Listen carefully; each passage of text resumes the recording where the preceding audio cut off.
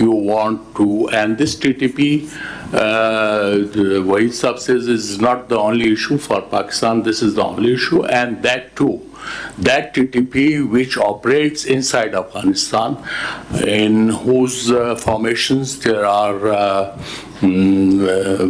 Afghan nationals who are killed. Recent one you have seen at Karachi, the Afghan national has been captured and 3 were killed. So here I think, secondly, related to TTP is the symbiotic relationship which Afghan Taliban or anti-TTP have with each other.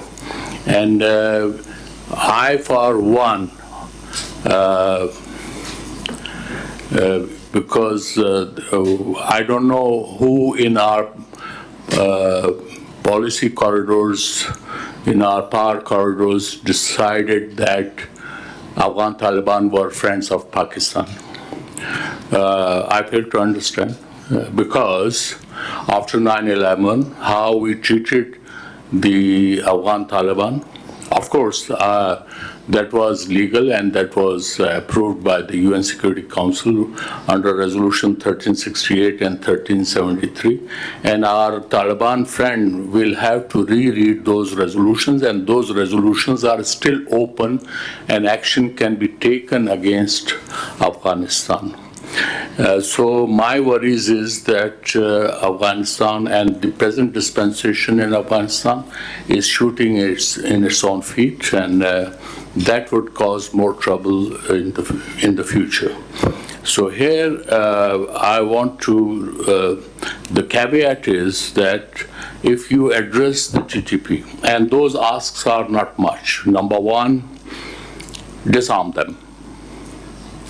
Number two, put a gag order on the TTP leadership enjoying shelter and sanctuary inside Afghanistan. And ideally hand them over to Pakistan. If you can't do that, at least you take the 2 suggestions which we have been making on and off. I have been special rep for Afghanistan, and there was always a promise that yes, you will see a difference. And when I would ask how much time it will take, they said 3 to 4 months. But after 3 to 4 months, you would see more attacks taking place. And when again reminded them of that you had promised, they said, inshallah, you will see we had some problems. And then again after 3 to 4 months, when I would remind them, so I was there for a year and a half, and this was a frustrating experience. Reason is, with our Taliban brothers, when you sit across the table, there are no takeaways. They don't decide. They don't decide, which is why you will see whether it was in Ankara, it was in Doha, or it is in Urumqi. No decision has been taken place. No decision has taken place. That is the biggest challenge we are facing. I'm afraid these Taliban friends, they may recite Quran, or they may recite everything. They may want to portray as religious, but I'm afraid they lack the art of governance. That is, they have to go for soul searching. I'm not saying this, even the entire world is saying. So it's, and then I've had the experience that some of the Taliban, supposedly very enlightened people, they give 2 hoots to the UN resolutions. So don't forget, then don't go for the legitimacy. Why then you are looking for recognition of the Taliban regime? So these are contradictory approaches which have been adopted. So for Pakistan, the dilemma is that we have 17 tribes on the border. They are divided tribes. What to do?